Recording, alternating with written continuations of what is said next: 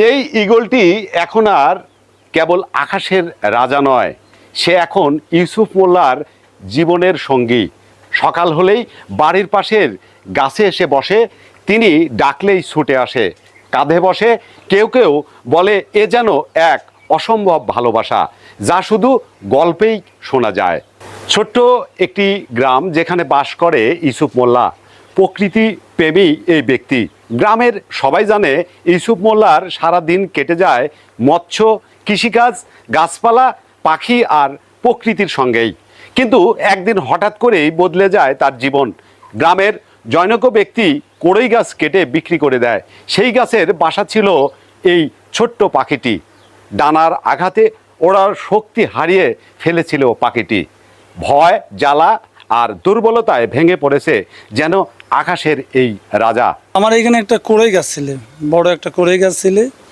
ওই কড়ই গাছে এর মা এসে বাসা করে, বিশাল বড় কড়ই গাছ। পরে কড়ই গাছটা কাটি ফেলায়। আমি শুনি নাকি ওই বাসায় একটা বাচ্চা আছে।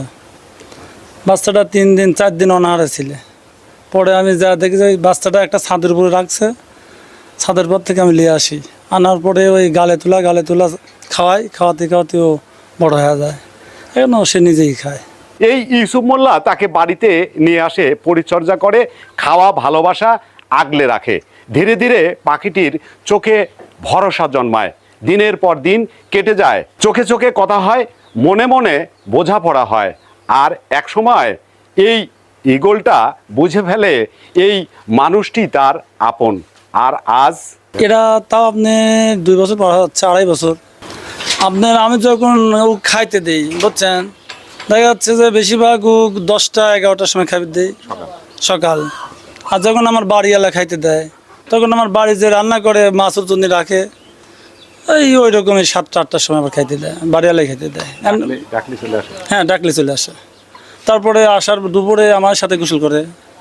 দুপুরে ওই আপনার ডিশের মধ্যে পানি দিয়ে দিই, ও ডিশের মধ্যে গোসল করে। প্রতিদিনই গোসল করে, গোসল ছাড়া থাকে না।